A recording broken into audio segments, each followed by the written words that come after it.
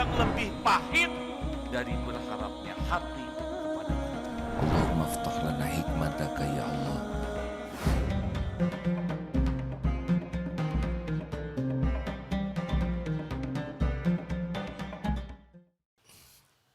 Cik, sebutin masalahnya apa? Dek, kenapa nunduk? Punya masalah tidak? Enggak, justru itu masalahnya. Enggak sadar punya masalah ya. Serba salah pisan. Ini wajah-wajah ini pasti semua punya masalah, pasti. Tinggal kepada siapa dia bersandar, itu masalah yang paling utama. Kalau bersandar kepada selain Allah ya sudah, itulah sumber masalahnya. Kalau bersandarnya kepada Allah, Allah yang menyelesaikan masalahnya. Jadi periksa saja selama ini. Kalau ada apa-apa nih, siapa yang duluan diingat? Siapa yang duluan dimintai pertolongan? Kalau orang suka curhat di medsos, udah jelas itu. Sudah jelas. Jelasnya apa? Jelas curhat di medsos ya. Ini penelitian ngarang. Katanya kalau orang curhat di medsos, katanya ya, 80%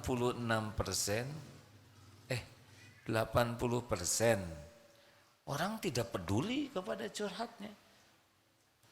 16% baca, merasa puas dengan penderitaan kita ya nggak? Rasain lu. Nah sisanya 4% nek lihat kita tuh gini-gini aja. Jadi gagal total. Nggak ada yang bisa nolong. Harusnya ke Allah dulu. Ada apa-apa, innalillah wa inna ilaihi raji'un. Katakan selanjutnya, qaddarullah wa ma syaa fa'al. Ini sudah takdir Allah. Ya Allah, saya terima takdir ini. Lalu, ampun ya Allah. Semua ini karena dosa-dosa saya. Saya ngaku ya Allah. La ilaha illa anta subhanaka inni kuntu minaz zalimin. Rabbana zalamna anfusana wa illam taghfir lana wa tarhamna lanakunanna minal khasirin. Rabbana ya Tuhan kami, zalamna anfusana, kami zalim kepada diri kami sendiri. Sekiranya Engkau tidak mengampuni dan merahmati kami, niscaya kami jadi orang rugi. Itu Nabi Adam. Nabi Adam ditipu oleh iblis sehingga makan buah yang dilarang. Apakah menyalahkan iblis? Tidak tuh. Dan memang iblis bagian nipu ya. Apakah menyalahkan ini nih si Hawa? Menyalahkan istrinya? Tidak. Ngaku aja sudah menzolimi diri kami sendiri. Sekiranya Allah tidak mengampuni, sekiranya Allah tidak merahmati, pasti rugi. Tuh begitu, kalau ada masalah tuh jangan mencari kambing hitam. Sebab kambing terhitam siapa? Kambing ya. Sebab kita yang mengundang kepahitan. Jelaskah hadirin? Nih, kenapa kita sekarang ribet terus, gelisah terus, ruwet terus? Salah satu penyebabnya adalah kuncinya nggak pernah kita pakai dengan benar. Selain air mata tobat, kuncinya adalah sholat. Sholatnya nggak benar gimana? Saya sholat benar loh, yang benar. Sholat benar itu bukan hanya melakukan sholatnya saja, tapi hadir tidak Allahnya waktu kita sholat. Wa aqimis sholah li dzikri, dan dirikanlah sholat untuk mengingatku. Berapa banyak ingat Allah pada waktu sholat? Kalau kita tidak paham arti makna bacaan sholat, susah ingat Allah, karena bacaan sholat itulah yang mengingatkan kita kepada Allah. Contoh, kata Imam Ibnu Qayyim, Sholat khusyuk itu kuncinya takbir. Kalau takbirnya benar, udah itu bisa khusyuk sholat. Allahu Akbar. Allah Maha Besar. Jagad semesta ini ada dalam genggaman Allah. Diri kita gak ada apa-apanya. Persoalan kita gak ada apa-apanya. Yang mengancam kita gak ada apa-apanya. Kalau sudah menyebut Allah Maha Besar, maka dalam sholat itu menikmati saja. Coba Fatihah saja semuanya zikrullah. Alhamdulillahi Rabbil Alamin. Zikrullah, betul? Ar-Rahmanir Rahim. Semuanya zikrullah. Subhana Rabbiyal Azim. Subhana Rabbiyal Azim wa bihamdi. Subhana Rabbiyal A'la wa bihamdi. Itu zikir. Rabbighfirli warhamni. Zikir. Sami Allahu liman hamidah. Tapi kita tidak paham. Padahal kalau sholatnya bagus, beres itu pertolongan Allah. Jadi kita tuh kayak punya kunci, udah dikasih, tapi main-main pakai kunci itu ya. Pegang, colok sana, colok, bukan ke lubangnya. Udah gitu muter-muternya ke hidung. Coba. Gini ya, perumpamaan sholat kita kan, kita itu sholat itu sebetulnya itu bisa menolong banyak sekali hidup ini. Kalau benar sholatnya. Kita kan seperti di hadapan, katakanlah sedang upacara negara, misalkan inspektur upacaranya presiden. Inspektur upacara sudah memperhatikan.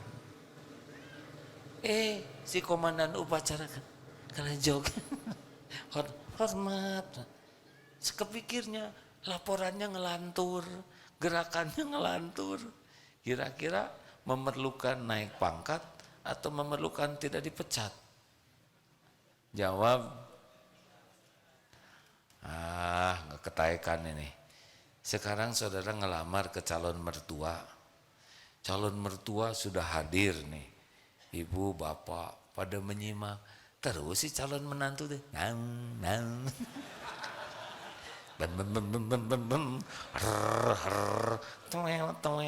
Kira-kira ngarep-ngarep diterima atau ngarep-ngarep tidak diusir? Hah? Siapa yang menerima calon menantu error gitu ya kan? Kita 5 kali sholat begitu pelongo dalam sholat itu yang sedangkan Allah memperhatikan kita mau apa kalau pelongo. Ini serius. Itu masalah kita yang sebenarnya. Urusan kerjaan, rezeki, tetek bengek, masalah di rumah, masalah anak, masalah itu mah gak ada apa-apanya bagi Allah. Sekejap aja bisa beres kalau Allah mau bereskan, benar? Tapi kita pelongo waktu sholat itu gak jelas.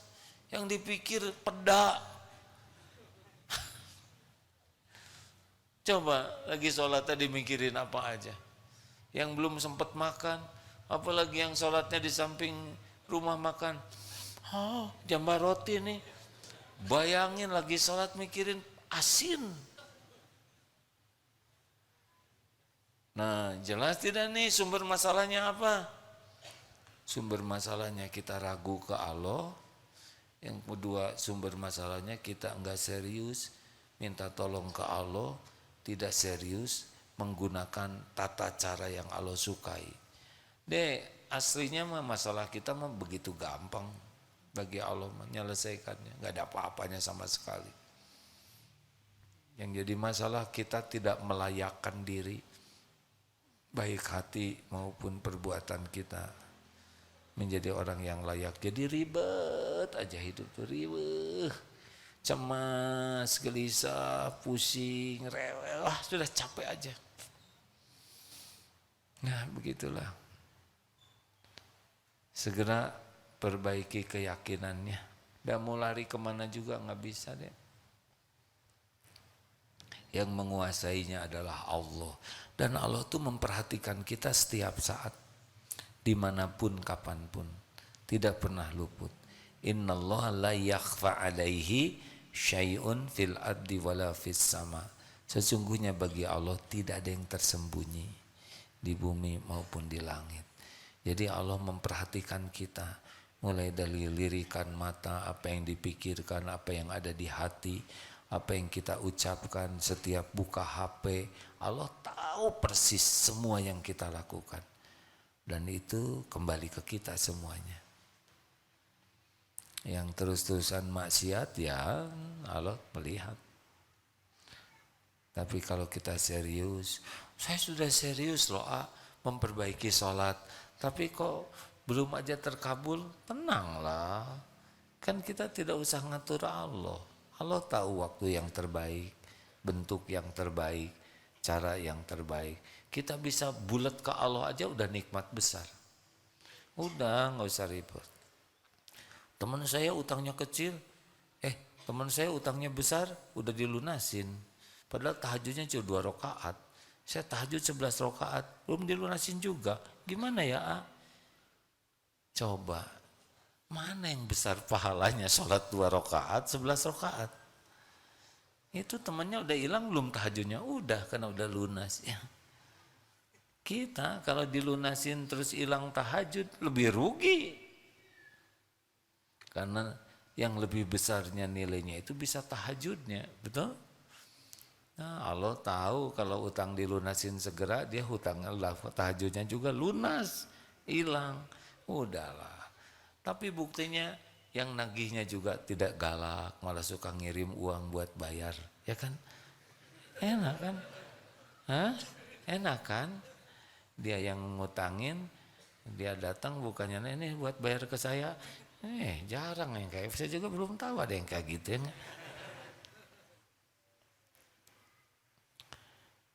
Pasti Allah tidak menyia-nyiakan. Yakinlah, gak mungkin disia-siakan. Kebaikan sekecil apapun, gak ada yang disia-siakan. Begitu rekan-rekan sekalian. Mikir apa ini? Jadi rada wajahnya beda nih, rada cerah sekarang. Udah banyak istighfar lah. Banyak yang kalau disuruh istighfar tuh bicaranya gini. Dosa saya apa gitu. Justru itu dosa yang sangat besarnya, enggak ngaku. Bahkan ada yang disuruh istighfar tersinggung. Ayo perbanyak istighfar. Udah jelas saya dizolimin, saya yang istighfar. Ya udah. Udah deh, itu bukan saya yang nyuruh, itu jelas Al-Qur'annya An-Nisa 79 Asyura ayat 30. Kepahitan yang menimpa kita kan kita yang mengundang.